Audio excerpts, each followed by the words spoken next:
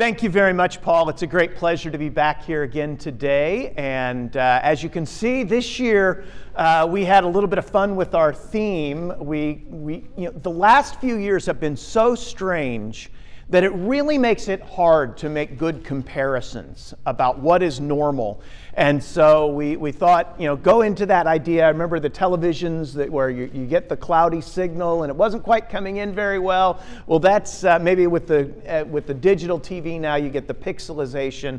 That's kind of the thought that we went through here is to try and see if we can fine tune in and get a little clearer picture of what's really going on. At least it's not on that fuzzy screen at the end of the night when it goes off. That's right. At least it's not the end of night screen, screen that we have. Have the old flag with the. Anybody remember that? The flag and the national anthem that would play, and then it would go out. Signal would go out. It's been a few years since we've had anything like that. The slides are on the CEDBR website, but they are also on the Center for Real Estate website. Wichita.edu/real estate, all one word. And no, the mess on the side is not a QR code. Sorry, I'm not that high tech. So you'll have to type in the URL for that. On your tables, you should have copies of our Crawford County Housing Outlook. I encourage you to take those with you and make use of those. Those are made available because of a generous support of Security First Title, and so we want to thank them for that. And I also have to give a big thanks to the Kansas Association of Realtors and all of the local boards across the state, including the Pittsburg Council of the Kansas City Regional Association of Realtors. We've had a partnership with them for about 13 years now where we access the multiple listing services across the state. Then we provide monthly MLS statistics that we tabulate those. So those are statistics that are available in your local market through your local board. And because of that, we have access to the data to do the work that we do as well. So it's been a great partnership and we're very grateful for it. Jeremy talked about the labor market situation, and when I forecast housing markets, I always look at two legs on my ladder, I guess, if you will. One is, do people have jobs? Are they confident about it? Are their incomes growing? Will they be willing and able to buy a house if life circumstances merit? And then the second side that I look at is the financing side. The short summary from the employment side of the things. Demand for housing is strong from a labor standpoint. People are still, everyone who wants a job has a job. Incomes are continuing to rise, although, as Jeremy said, not as fast as they need to deal with our supply problems that we have on the labor side of things. But there's nothing about the underlying economic environment from a job situation that causes me any concern for housing markets across the state. From the financing side, it has been a different story over the last year and a half. And I want to talk about what's been happening with mortgage rates and what we think will be happening going forward. And there are two pieces that I build in when thinking about mortgage rates and what will happen with mortgage rates. One of them is expected inflation. It's not current inflation that gets built into the 30-year mortgage rate. It's what do lenders believe inflation will be over the next 5-10 years. And so on this chart, the blue line at the top, you can see is the headline inflation number, and we all saw it and felt it, of how much that went up and how that inflation rate is still a little bit higher than ideal, but has certainly been coming down. Now below 4%, about 3.5%. That's above the Fed's 2% inflation target, and one of the questions is how aggressive the Fed is going to be to really try and get us down to that 2% level, their target, quickly versus allow us to get there on a more slow pace. We shall see with that. The red line is a survey by the University of Michigan that asks households, what do you think inflation will be over the coming year? So whereas the blue line is backward looking, what was it over the past year? The red line is what do you think it will be over the coming year? But the real measure of inflation expectations that I tend to focus on is this green line at the bottom, which is called the 5-year break-even rate.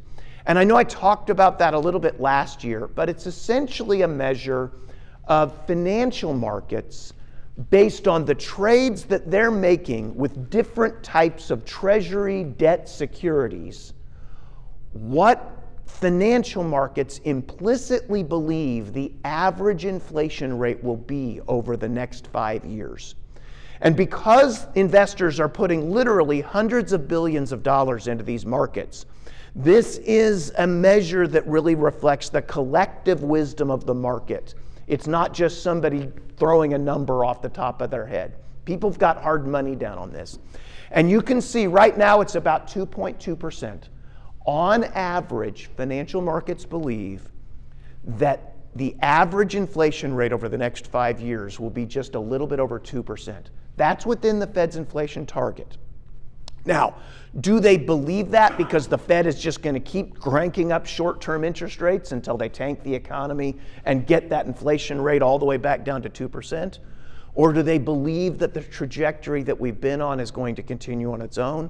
I can't answer that question, but I can say that higher inflation premium is not something that's causing inflation rates to continue to go up. I think we're probably the worst is past us in terms of what the mortgage rate has done. Now, there's one piece that actually gives me a little bit more optimism that we have room to come down from where we are, which is the mortgage risk premium. So I've shown the blue line at the top here is the 30-year fixed mortgage rate, and I took it all the way back to 1985. The red line below it is the 10-year Treasury rate, what the federal government pays to borrow money over 10 years. And that's often thought of as a benchmark that would determine where the 30-year mortgage rate will be. The green line at the bottom is the difference between these two, and it's the premium that we pay as mortgage holders over what the federal government has to pay for borrowing money over 10 years. It's that risk premium for those mortgages. And if you look at this line here, you can see that the historic average of it is about 1.7%, something like that, between 1.5% and 2%. Very occasionally, it goes above 2% and even goes above 3%. We saw that back in the financial crisis, the mortgage risk premium went up. We saw it back in the mid-1980s, it went up. But right now, we're at this risk premium that is just below 3%. And that's an extraordinarily high level. I don't know exactly what is causing that mortgage risk premium to be so high, but I am very hopeful that that is going to be a transitory effect. It's not something that has tended to stay this high in the past. And if that's the case, that we go back down to a more normal level, that could cause mortgage rates to come down a full percentage point just by having this normalize. Does that make sense? And so what is the mortgage forecast that we have? Well, in your County Outlook publication, in the past, I've always used the Mortgage Bankers Association's forecast. And this year when I went to press, their forecast was that the 30-year fixed mortgage rate was going to fall down to like 4.5% or something. And I said, okay, I think it's coming down. I just don't believe it's going to go down that far. And so I went and I looked, and the National Association of Realtors, their forecast through the end of next year is for 30-year fixed mortgage rate to fall to 6%. I included, so that's the green line up there. The purple line is Mortgage Bankers' forecast has since come up a little bit, but they're still forecasting a really sharp drop in mortgage rates.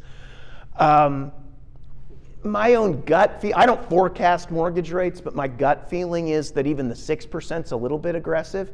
But I won't be surprised at all if we get down to, say, 6.5% by the end of next year. Again, full 100 basis points lower than where we are right now. And that, I think, is going to be something that will really help stabilize and normalize where we are with housing markets. So this projection factors into all of the forecast things that I'll talk about with housing markets going forward. Questions about financial markets or any of this before I move on? Okay, then I'll jump on. So what has happened with home sales activity? Well, over the post-pandemic era, we saw a big increase in demand for home sales. And this was true across the United States, not just in Kansas, not just in Crawford County. Big increase in demand.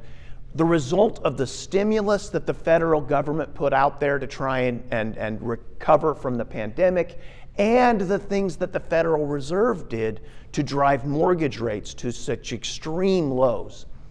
Well, when the Fed started raising mortgage rates about a little over a year ago, that caused a sharp drop-off in demand for housing markets. Okay? Demand clearly tailed off, and we have seen home sales activity decline pretty sharply. For Crawford County, year-to-date, home sales are down 20% compared to where they were a year ago at the same point in time. Okay? But that's only part of the story. In any economic market, you have the demand side of the equation and you have the supply side of the equation. And the real constraint on the market continues to be the supply side of the equation. So this is the number of active listings, homes that are available for sale in Crawford County. And you can see we go back to 2018, a time when we were already talking about market being tight and having a shortage of supply, that we had about 200 homes for sale in Crawford County. Right now, we really haven't increased at all. You're sitting at just a little over 50 homes available on the market. So it's a very, very tight market. Yes, demand is down, but supply is still really tight. And so one way we measure balance in the housing market is by looking at this number month supply. I've talked about this in the past. We take the number of active listings and we divide it by the average pace of sales over the past year, average monthly sales. So if you've got 200 homes on the market and on average you're selling 50 homes a month, well then you take 200 divided by 50, you've got a 4-month supply. Okay? You can kind of see the shading on this picture here. Between a 4 and a 6-month supply is the rule of thumb that we use. It's nothing magic, but we say if we have a 4 to 6 month supply, that we have a balanced market. Okay? Above that, we sometimes think it favors buyers. Below that, we think it favors sellers. Now, Southeast Kansas, this is not just true of Crawford County, but all of Southeast Kansas, you have historically had much higher month supply, and that's just been a normal state of affairs going back for a long period of time. And so you can see going back in 2014, 15, 16, you had between a 6 and 8 month supply. And that really wasn't an unbalanced market. But that began to steadily whittle down, and notice it was coming down even before the pandemic, even before 2020. And you went down to a place where you're now at about a 2-month supply. That is a tight measure by any stretch of the imagination. And so as a result, buyers that want to find something, there's just not much inventory to look at, and that really pushes things more towards a seller's market, even though demand has softened over the last several months. One of the ways that we see that and we observe it is that we have a lot of homes that are selling at or above the original listing price. So the normal state of affairs in a housing transaction, right? I'll list my home and I'll list it for, say, $200,000. And then you come, you look at it, you like it, you make an offer, maybe you offer me $190,000. I then negotiate back, maybe we settle on $195,000. That home then sold at 2.5% below its original listing price. Okay? That's normal. Most of the time in Crawford County in recent years, we've seen that between 10 and 20% of homes would sell at the original list price or above it, which means that most of them, we had this negotiation that brought the price down. Since the pandemic, we've seen that that's jumped up to almost half of all homes that sold in Crawford County have been selling at a price that is either at the original listing price, or you come in and you make me an offer for my $200,000 house and you say, how about $210,000? And why would you offer me more than I asked for it? Because you're afraid that Jeremy's going to come along and offer me $220,000. Right? And so we get into this bidding war situation. So when we see this fraction of homes that's at or above the original list price, when we see that go up, that's a real indicator of a seller's market. Clear? Yeah. So I'll talk about prices more in a moment, but what's our home sales forecast? For Kansas as a whole, home sales activity, we're forecasting that will be down about 12.4%. Now, I will just mention that is, right now we're down about 18% statewide, year-to-date home sales. And so the fact that we're forecasting only a 12.5% decrease in home sales for this year, what that's really reflecting is that we are now past the point in the year when home sales started early in 2022, we were still in the boom time when home sales were abnormally high. Later in the year, last year, home sales started to decline. So when we were looking in March, April, May of this year, compared to 2022, we had this distorted benchmark for year-over-year change in sales. And that's been true all the way through about July or August.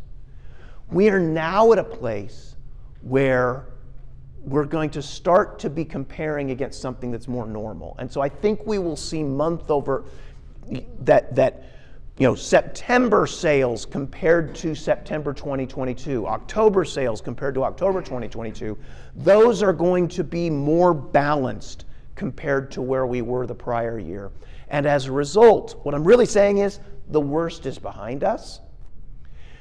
But our forecast for next year is essentially flat for home sales activity. And demand is down a little bit because of the mortgage market, but it's still strong from the labor market. And the real constraint is supply. Supply is what will keep us from having home sales increase next year. So when we're in this picture, when we're in this situation, it means that we have home price appreciation. And you can see here, this is the median sale price, the price at which half of the homes sold for more, half of the homes sold for less. And again, as it has been on all of these, the red line is a moving average to get through month-to-month noise and changes. And what you can see is that Crawford County, we were sitting at a median sale price that was between, say, $80,000, $90,000 was a median sale price. Since late 2020, that's gone up to where it's now over $125,000 median sale price. And that's a really rapid appreciation. We don't have a real precise measure of apples to apples comparison for Crawford County, but the Federal Housing Finance Agency puts together a home price index that's very rigorously put together for the state of Kansas as a whole and for all of the counties in Kansas that are not a part of the large metropolitan areas. And so Crawford County would be included in this. You have to be a little careful because Crawford County's here, but so is Seward County, so is Greenwood County. It's all over the state. If you're not in one of the big metro areas, then you're included in this rural Kansas counties. Here's the thing I want to bring out. The home price appreciation that was just so astronomical over the last couple of years. Just incredible numbers, right? Kansas was up over 17% through the second quarter of last year, and still up 7% this year, most recent data that we have. This was not a big city phenomenon. It was true in markets all over the state. And so home price appreciation has still been very rapid. We are projecting that home price appreciation is going to come back down more to normal. Now, again, you look at this and you think, oh my goodness, it's falling. The line is going down. It's zero that we care about, right? If you're above zero here, it means home prices are still appreciating, okay? And a 5.5% appreciation rate is a really, really strong housing value appreciation for Kansas. Okay. We're forecasting next year to 3.5%. Again, if we get back down to that 2.5% inflation, 2% inflation target, that's real value growth in home values. And again, that's normal, stable appreciation rates that's being driven by the shortage of inventory that we have. So, shortage of inventory. I was looking at Michael's document here about the residential construction that you have, and there was a big growth in residential construction. That was apartments, wasn't it? That was really driving, because it was the value of construction, not the number of units. Across the state as a whole, again, this chart goes all the way back to 1990. And I want to give you some perspective about how we got where we are in terms of a shortage of housing inventory. We were averaging maybe 750 units a month across the state. Again, this similar picture when we go to different parts of the state as well. Comes up higher, goes down lower occasionally, but between 750 and 800 units a month, all through the 1990s and early 2000s, and then the financial crisis hits. And the financial crisis hit, new home construction actually dropped off a little bit before that, starting in 2006. And it dropped down to a level where we were down just over 250 permits a month across the state. So 1/3, less than a third the level of permits. Increased a little bit over the last years, but we're still 50%, 30% less, 40% less new home construction all through this period than we were prior to that. This is in spite of population growth. Yes, our population grows slowly, but we have population growth, and the fact that average household size continues to get smaller, which means that for a given population base, we need more housing units to serve everyone that we have in the community. New home construction plummeted as mortgage rates went up last year. Our forecast is that if mortgage rates do go down next year, that's going to cause a slight rebound in new home construction across the state, up about 4%, but that's still way down from where we've been and where we need to be in order to address the supply issues that we have. I'll just mention kind of one additional thing about those supply issues is that challenge of cost is becoming increasingly difficult. The cost of building a new home is so high relative to the typical value and sale prices of homes and where that meat of the market is. And this is not just true in smaller communities like Pittsburgh. It's true in Wichita, it's true in Topeka, in Kansas City. The cost of new home construction is really high, and it's hard for them to get at a price point that makes it possible to build homes that really will help address the supply problem in a meaningful way quickly. So this is not something we should expect to change in the near future. So this is our all forecast summary. I forgot to mention that we do the county outlooks for communities like Crawford County, but we also do a larger forecast publication for the large markets across the state. And I have copies of those on the back table. So if you want to take those, please feel free to take those with you. Encourage you to do that. You may have particular interest in the Kansas City market here in Pittsburgh. Once again, I want to thank Security First Title for supporting the Crawford County Housing Outlook. And with that, I'll take any questions. I think I've got a couple of minutes. Yes? One of the things that surprised me in the last couple of years was the lack of buyers that were willing to do, to put sweat equity into a home. I mean, if you got to lift the paintbrush, forget it, they were moving on. And you would think that with the increase in prices, 25 and 30%, that would be a market that would, what contributes to But that? you're not seeing it, yeah. So the question for those who didn't hear is Monica Angelis with the realtor here in town, fantastic agent. If you need an agent, I would highly recommend her. But the question is, what about the sweat equity market, right? So when I bought my first home, when my parents bought their first home, what'd they do? They bought an old home that needed some tender loving care. They bought a home that needed some work. They put the work into it themselves. They were then able to move in a few years, having added value to that home. They got their sweat equity. And over the last 20, 25 years, that notion of a first-time buyer who comes in and is really looking for something to do like that, it just seems to have disappeared. I don't know what caused it. You would think HGTV would have made people feel more empowered. Hey, I can go look at videos on Home Depot. I can do all these things. It did the opposite. And so you actually tied into something that I've been making my pitch for. So one thing that we obviously need is we need more young people to go into the trades, right? Labor and for construction, and so some people who are framers, people who are sheetrockers, people who are electricians, people who are plumbers. We need more people doing those things. We lost a lot of labor in those fields in the face of the financial crisis that never came back. So that's one thing we need. But what about, instead of vo-tech in high schools, what about home remodeling in high schools, right? Where young kids are learning about, yes, you actually can replace the sink in your home. You can actually, you don't have to hire an electrician to replace a light switch.